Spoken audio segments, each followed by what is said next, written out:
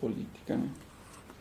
Uma coisa interessante que estava falando para... E é uma coisa interessante que é um problema para o Brasil hoje no que diz respeito à integração, é que em nossa Constituição de 1988 há um parágrafo específico sobre a América, sobre a integração.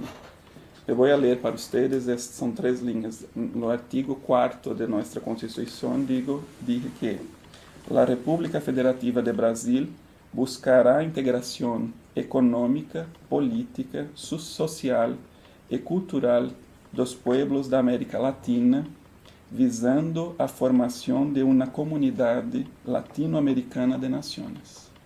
Então, isto está em nossa Constituição. Isto penso que é bueno, porque mostra uma posição política do Brasil em nossa Constituição. O problema é que a questão da integração no Brasil ainda é muito influenciada por os governos. Então, se por um lado Fernando Henrique Cardoso tinha uma aproximação pelo menos discursiva com a região, o candidato que depois concorreu com Lula, que era Serra, do mesmo partido de Fernando Henrique Cardoso, não tinha essa visão. E falava claramente contra o Mercosul, contra a aproximação, etc. Hoje, nossas eleições estão as coisas cambiam muito rapidamente, né? Eu deixei o Brasil no dia 18. Havia morrido o candidato em acidente de avião. Não havia ainda claramente se Marina ia assumir o posto ou não. E as pesquisas mostravam Dilma em primeiro lugar e Aécio Neves, que é do PSDB, o mesmo partido de Fernando Henrique Cardoso, em segundo. Agora, hoje estava vendo as informações de Marina é de fato a candidata de partido, está em segundo lugar, e PSDB de Aécio Neves está em terceiro e desde 1994 isso não sucede em Brasil, porque desde 1994 o PSDB sempre esteve lutando no primeiro turno, sempre venceu o primeiro turno, né? E agora o que se passa é que, por lo menos até hoje, Marina Silva está ocupando o segundo lugar nesse primeiro turno, e o número mostra que no segundo turno ela está na frente de Dilma. Com relação ao discurso do PSDB em torno da integração com Aécio Neves, eu tenho analisado um pouco o que ele tem dito é uma posição, com relação à América Latina, é uma posição de hegemon. Ao Brasil interessa a região desde que ele seja o líder. E que o Brasil é uma potência e tem que falar com os grandes. Então, é um discurso que muito mais se aproxima com Serra do que com Fernando Henrique Cardoso. E totalmente diferente de Lula e Dilma, que têm uma visão de mais aproximação com a região. Eu penso que Lula de maneira mais intensa que Dilma, mas que Dilma mantém também esta posição de, digamos, pró-integração, não mais próxima da integração, né? Agora, a mim me surpreende esta segunda posição de Marina. É claro que aí é uma visão muito particular minha, né? Pero o que penso de Marina é que ela tem um discurso, uma retórica muito bonita, mas que nem sempre se posiciona claramente sobre as coisas. Responde sem responder, né? Então, nós outros não sabemos, por exemplo, o que ela pensa sobre a integração na América do Sul. E estive vendo na internet hoje as discussões de uns amigos meus que são acadêmicos em Brasília, estão acompanhando os debates, e eles têm a mesma posição. Hablas bonito, mas não hablas nada, não respondem. Não... Pessoalmente, acho muito preocupante isso, porque há outra questão, me desculpem porque é muito particular, mas a vejo como muito conservadora, né? Tem uma vertente religiosa que me preocupa, do ponto de vista político, né? A vejo como uma pessoa muito conservadora. E não conseguimos entender o que pensa sobre política externa de facto e sobre integração regional. Então, fico um pouco sem saber. Uma outra coisa importante que acho que é importante sobre o Brasil e a integração é que, historicamente, a região sempre foi importante para o Brasil. Desde Rio Branco até hoje, o Brasil sempre deu mostras de que a região é importante, que o Brasil não pode se afastar dos vizinhos e que os processos de integração têm que avançar. Esta é uma coisa. Outra coisa é que, hoje em dia, o Brasil não tem condições de ser um líder, uma liderança ou um motor de integração na região por vários motivos. Primeiro, porque ao Brasil interessa outras questões da política externa. O Brasil interessa participar de organizações internacionais, ter uma voz mais ativa na ONU. Sempre surge a discussão de uma cadeira permanente no Conselho de Segurança. Enfim, procura intenta ser um global player, por lo menos intenta. E isto demanda um ônus diplomático muito grande. E faz parte do BRICS. E ser uma liderança ou ser um motor de integração na América do Sul demanda uma força diplomática muito grande. O Brasil não tem tanta força para ser este líder na América do Sul e, ao mesmo tempo, ser esse global player. Então, penso que não tem. Isso do ponto de vista diplomático. Outra questão é do ponto de vista econômico. Uma liderança regional tem que dispor de capital.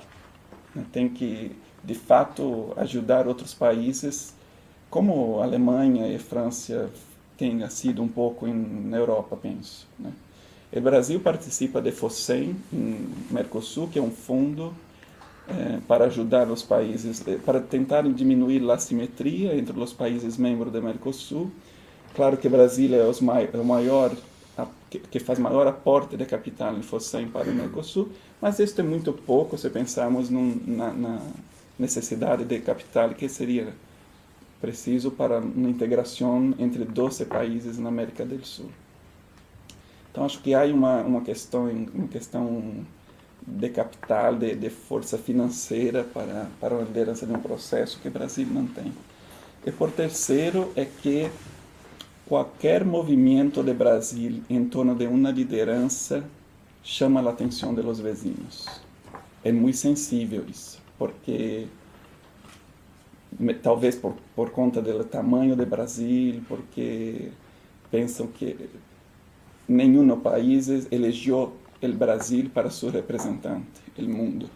Entende? Então, qualquer movimento do Brasil, isso é histórico também, desde a época de Barão do Rio Branco, quando o Brasil investe em como se diz, em los navios, ¿Naves de guerra? ¿Navíos? não, é assim na aeronáutica, fugiu. Aviation. ¿Aviones? Não, barcos. Indústria Indústria naval. Indústria naval, sim, indústria naval. E aeronáutica. Porque tínhamos perdido muito de nossa indústria de nossos navios em la guerra do Paraguai. E quando o Barão começa a investir um pouco na indústria naval, isto estremece um pouco, porque há o receio naquela época, claro, um receio de invasões, que o Brasil teria pretensões de anexar territórios, claro. Não era verdade, pero o movimento do Brasil, quando se tenta ser líder, causa estranheza, causa estranhamentos dos países. Não? Então, é uma questão um pouco delicada, né? Naquela época, Sim, claro. Naquela época a Argentina era maior. Sim. E mais importante. E a liderança entre Brasil e Argentina na Zona Sul era muito mais grande Sim, que sim. hoje. Sim, Hoje sim. a Argentina é Sim, sim. Bueno, penso que hoje em dia o que o Brasil e outros países buscam na América Latina são respostas para a integração. Há novas correntes de pensamento em torno das relações internacionais na América Latina. Eu soube hoje que na USP, na Universidade de São Paulo, em novembro próximo, haverá um congresso sobre relações internacionais e uma das mesas importantes será uma mesa sobre discussões de correntes de pensamento, novas correntes de pensamento em torno da integração. Penso que nós vivemos hoje em dia, os acadêmicos, em uma tentativa de entender os processos, que são vários, e que uns são mais voltados para a questão comercial, como a Aliança do Pacífico, outros são mais políticos, como a Unasul.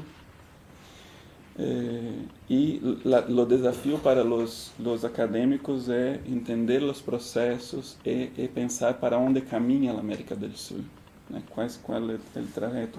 Penso que temos aproximações importantes entre os países, né? Uma história comum desde a colônia, dos processos de independência, né? A questão social, os problemas sociais que temos têm que ser pensados quando nós pensamos na integração. Eu acho que isto diferencia um pouco a América Latina de outros modelos de integração, como a União Europeia. Os problemas sociais na América do Sul são muito graves. E se os processos de integração não levam em conta isto, não há muito sentido em pensar nos processos de integração.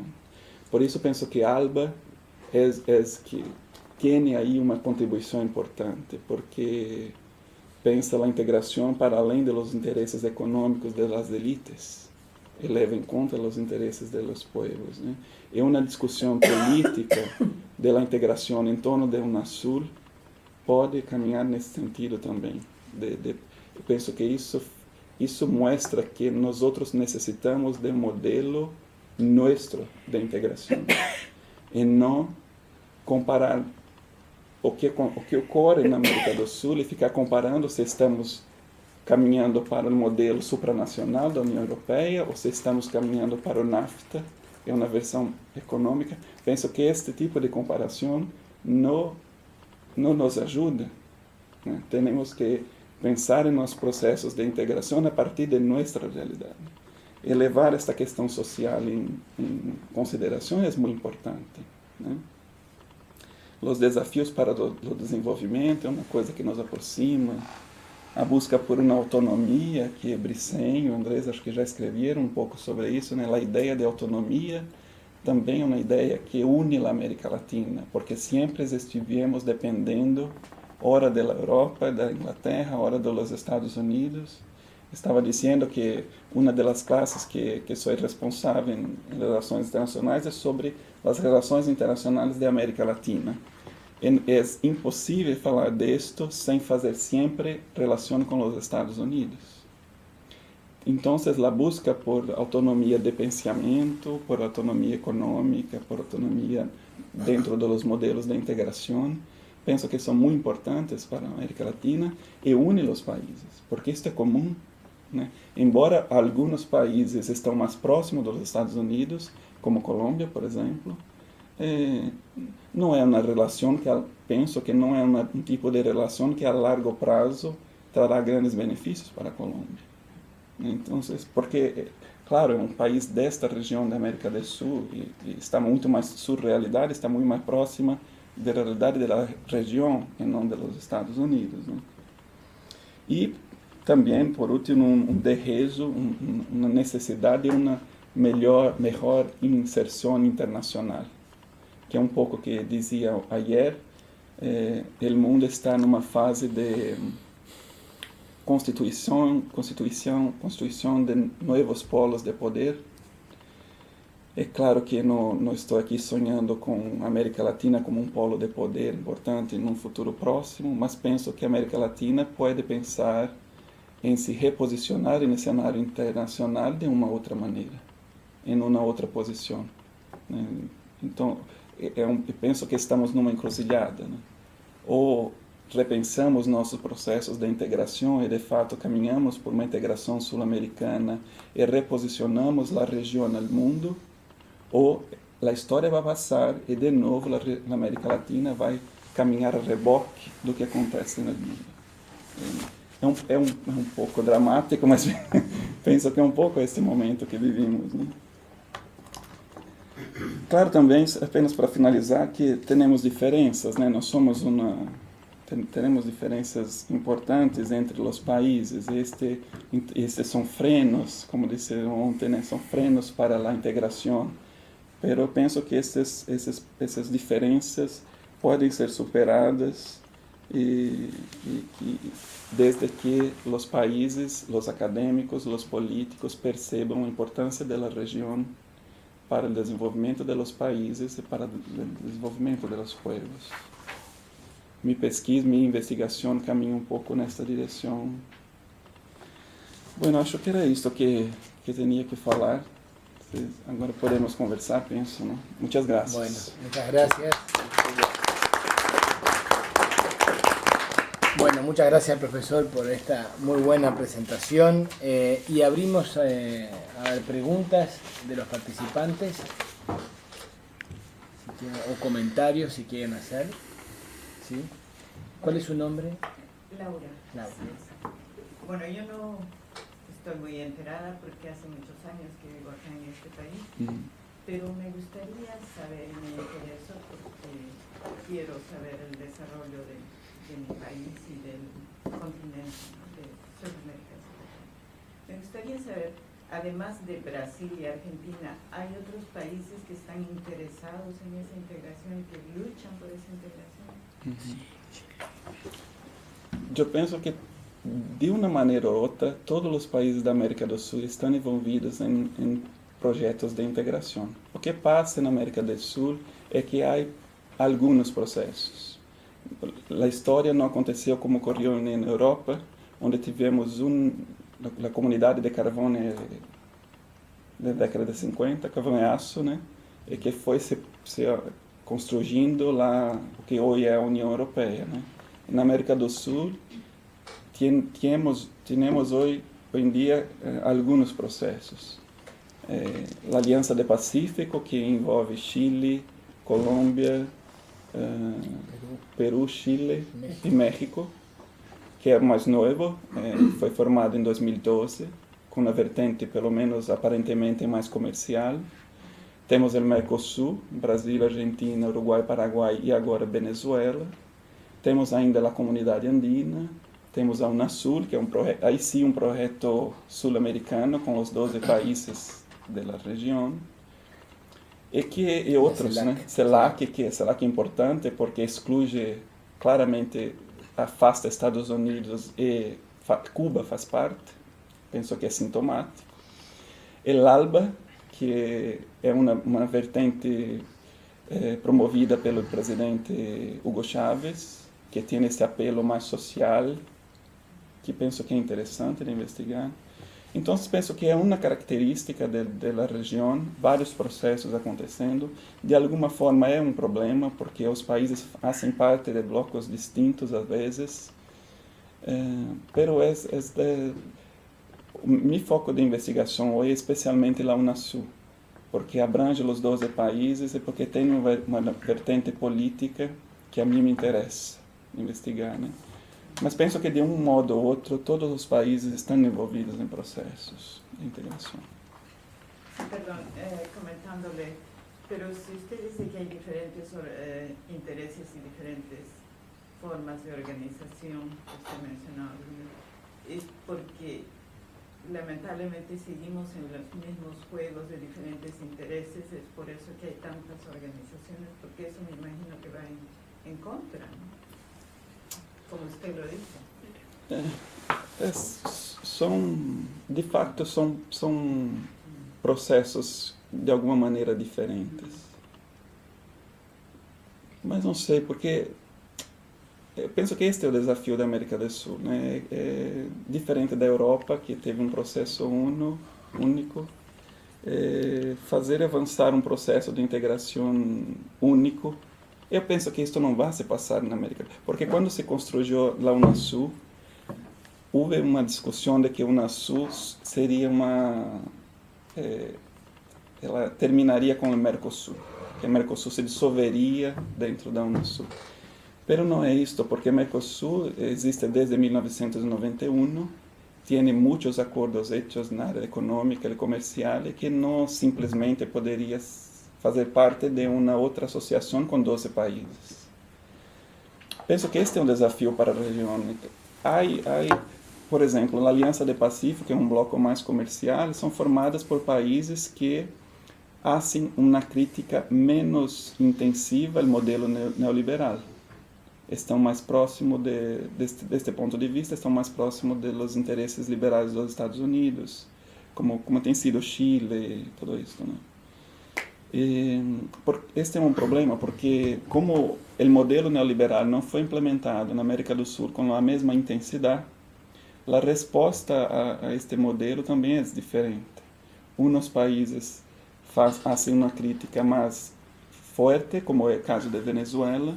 Outros, como é o caso do Brasil, é uma crítica mediana. E outros países quase não fazem crítica sobre o neoliberalismo, como é o caso de Chile, que é uma crítica mais leve, e a Colômbia, o Peru também, né? Então, são as diferenças que existem na região e que têm que ser discutidas para que o processo avance. De fato, é um desafio, eu penso. ¿Otra pregunta? Yo tengo dos preguntas. Una, soy yo, ¿no?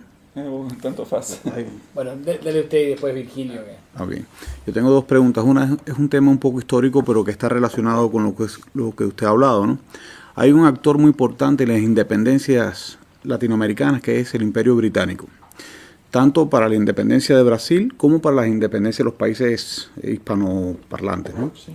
Ahora, a mí me interesa mucho, o me gustaría que usted me explicara por qué, siendo ese mismo actor tan importante, de alguna manera fomentó la unidad del imperio brasileño, a su vez que promovía la separación de los países latinoamericanos en supuestas naciones, ¿no? Ese es un tema que me interesa mucho, y saber hasta dónde llegó la influencia británica. Ese es lo primero que quisiera que me contara, ¿no?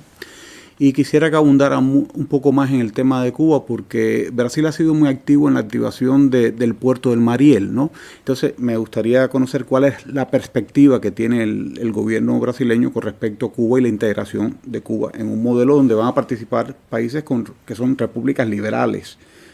Cuba tiene otro modelo, ¿no? ¿Cómo se ve Cuba desde la geopolítica brasileña, ¿no? En estos momentos, ¿no? Pero que hable un poco más de eso. Hacemos que diga la otra pregunta. Sí. Muy buena esa pregunta. Virgilio. Bueno, yo quiero situar la reflexión primero hablando de que América Latina no es Europa. Eso es un hecho fundamental. Entonces, al hablar de integración, tenemos que pensar que Brasil es un continente portugués, la portuguesa es toda una cultura, y el resto de habla hispana. Y la gran diferencia con Europa es que Europa son varios países y varias culturas.